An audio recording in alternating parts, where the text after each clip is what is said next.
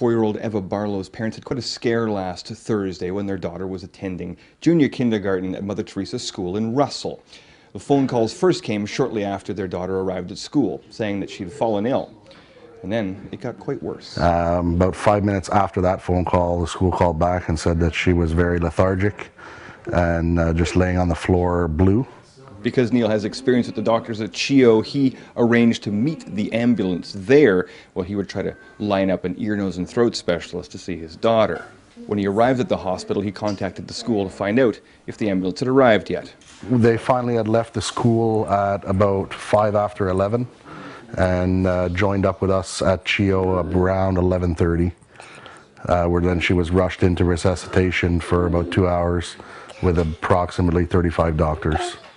I'm very, very disappointed with the response time. I expected being rule, 15, 20 minutes, but half hour, 45 minutes to me is not acceptable. In case you're wondering about Eva's condition, it has to do with the fact that she was a premature baby, quite premature, something that runs in the family. Eva was born at 23 weeks. She was 15 ounces. She's one of the smallest babies in Canada to survive. At about 3 months of age, she was diagnosed with bilateral vocal cord paralysis. So in other words, her vocal cords were paralyzed closed. So it allowed for no airway.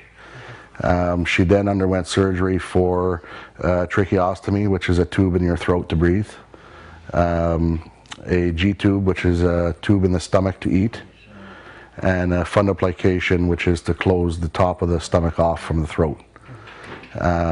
In July 2012, she underwent reconstructive surgery of her airway. They break the ribs, take a piece of that, and they reconstruct the airway open with that to allow her to breathe and remove the trach.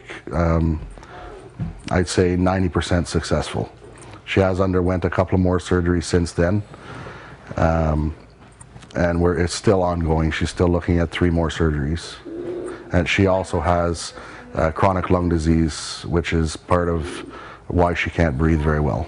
I've spoken with operations directors from the United Counties of Prescott-Russell's paramedic service. They say they are investigating something that will take about a week to do. They're going to look into what time the 911 calls were placed, and they're going to trace it back that way to find out what happened to make it so that 45 minutes later is when the ambulance finally arrived at the school. In Russell, Doug Hempstead for Sun News.